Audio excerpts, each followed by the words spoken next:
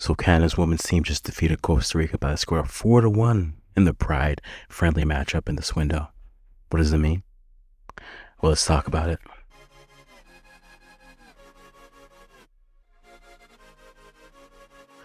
So guys, 4-1 for Canada over Costa Rica. Welcome to the Africans do primarily Canadian African content. So if you like this channel, make sure you give us a subscribe, leave a comment on what you liked in the game.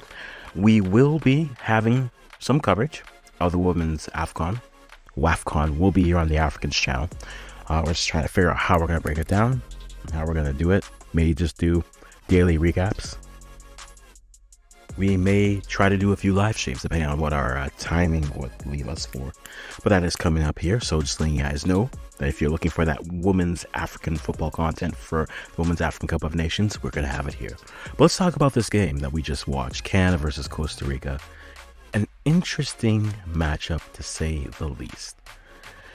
But let's start off with kind of some of the things. Costa Rica, when we talk about the team that Canada played, a solid side, definitely growing. Costa Rica is one of those teams that in CONCACAF, there's an upper class, which is the US.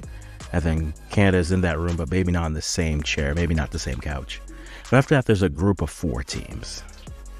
A combination of Jamaica, Mexico, Costa Rica, and Haiti. I think those 4 teams are all vying for those next 4 slots. You could argue those next 2 slots.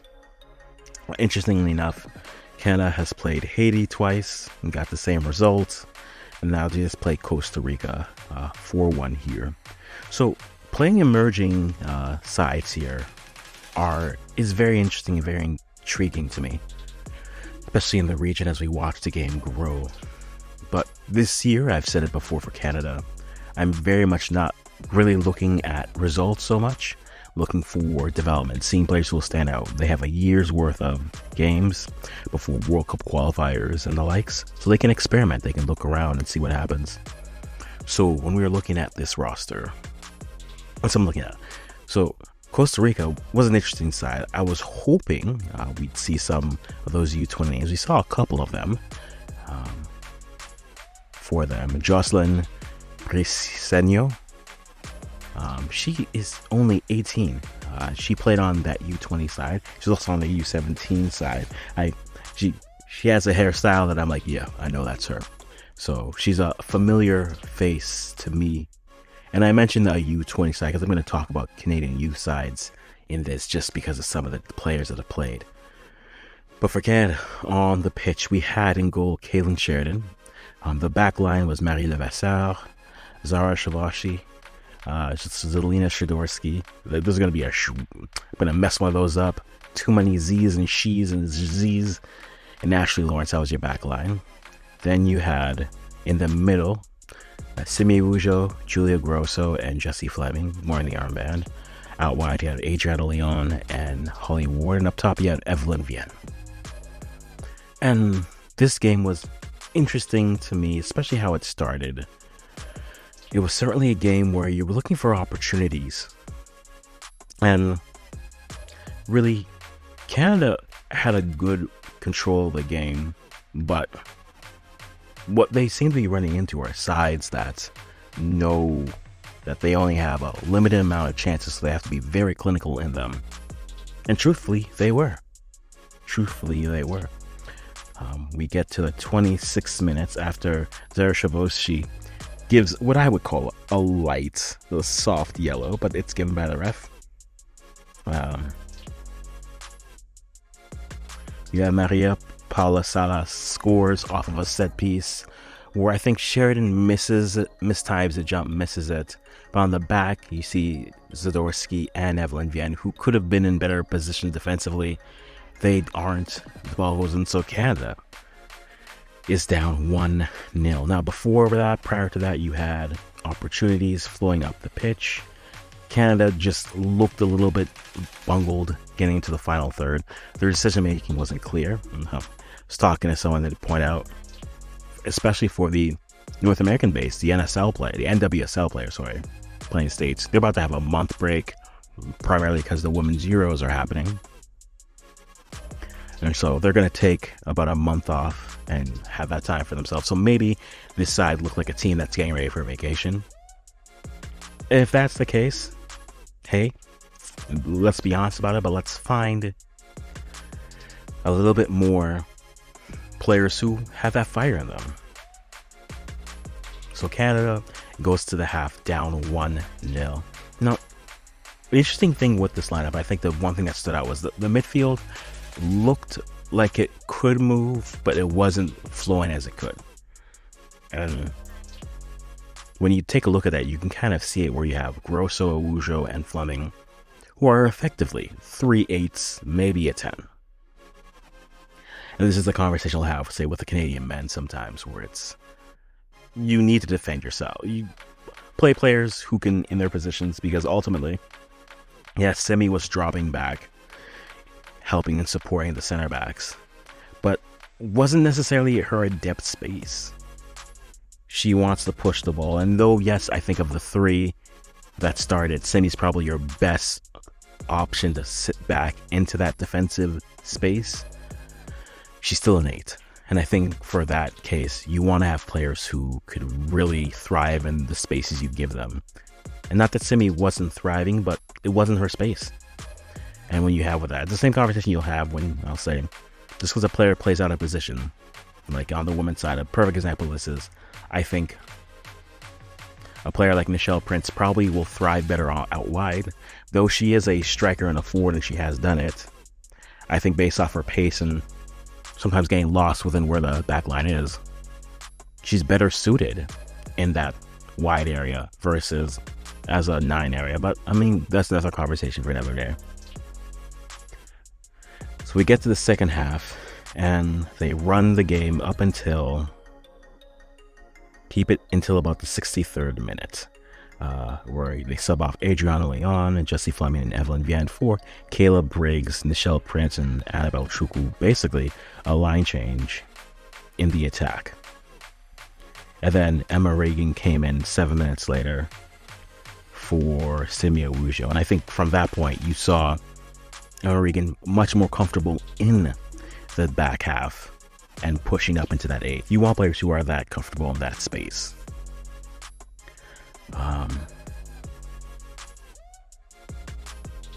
At halftime, you did also see, we didn't mention that, but it is a fair point to bring out.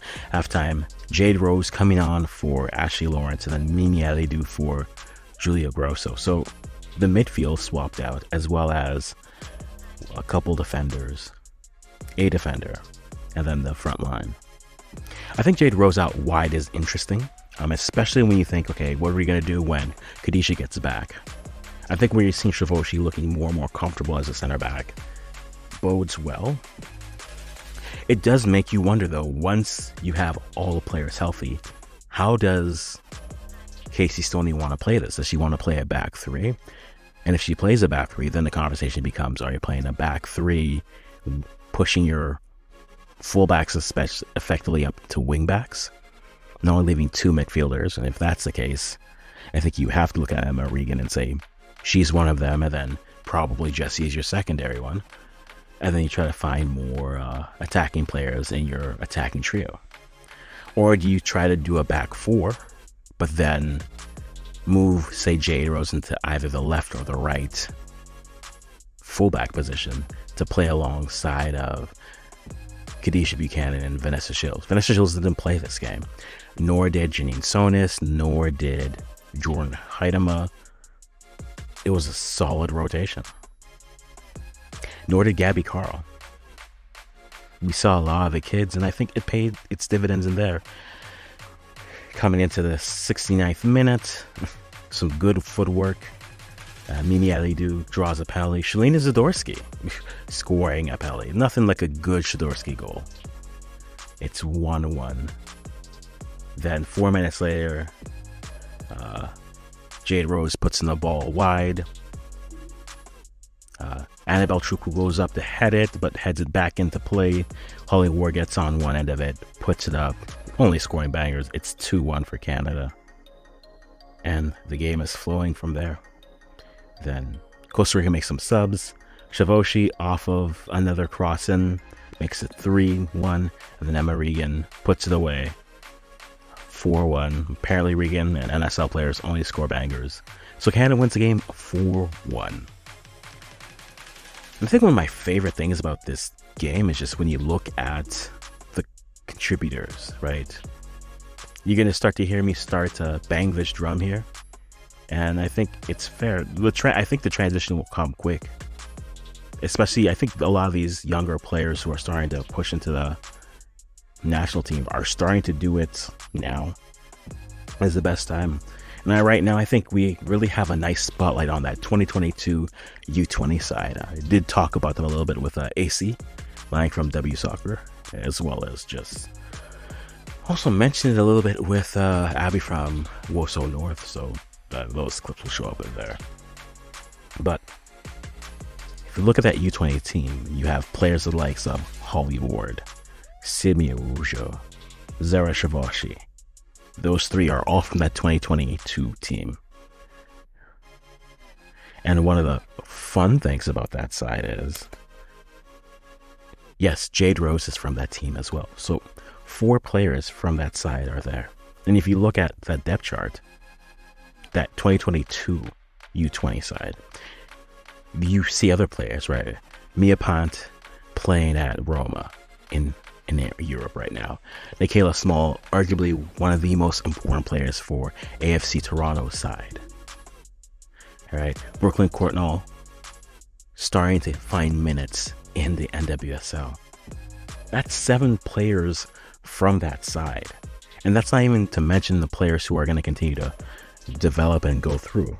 Right, and that's not even to talk about players who already had caps for the side, right? Zoe Burns of the world, right? A player like Kayla Novak who's on her way.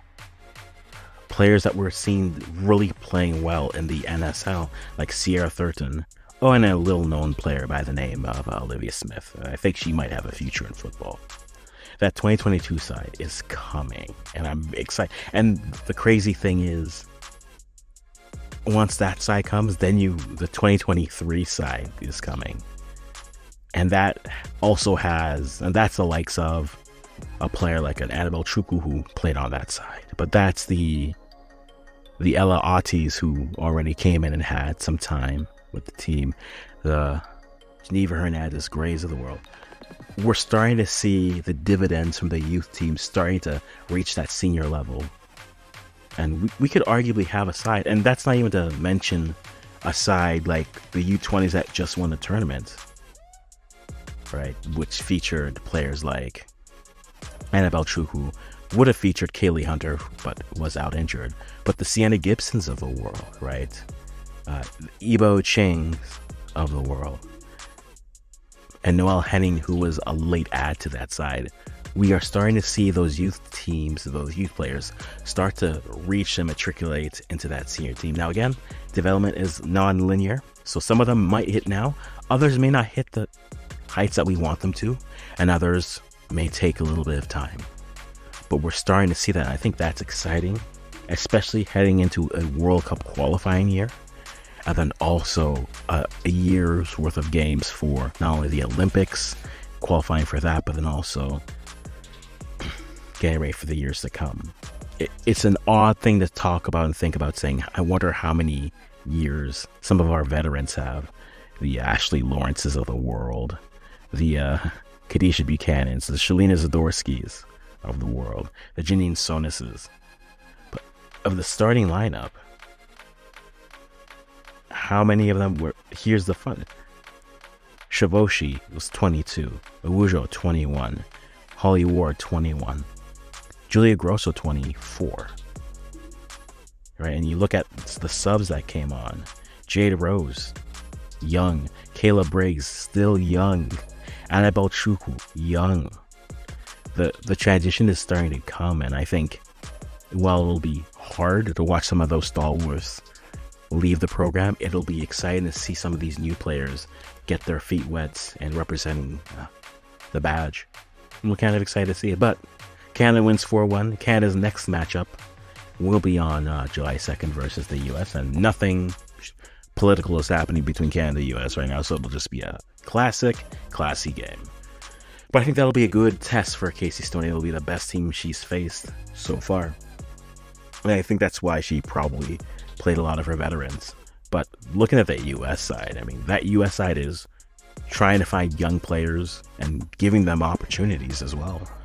So I think it'll be a fun matchup.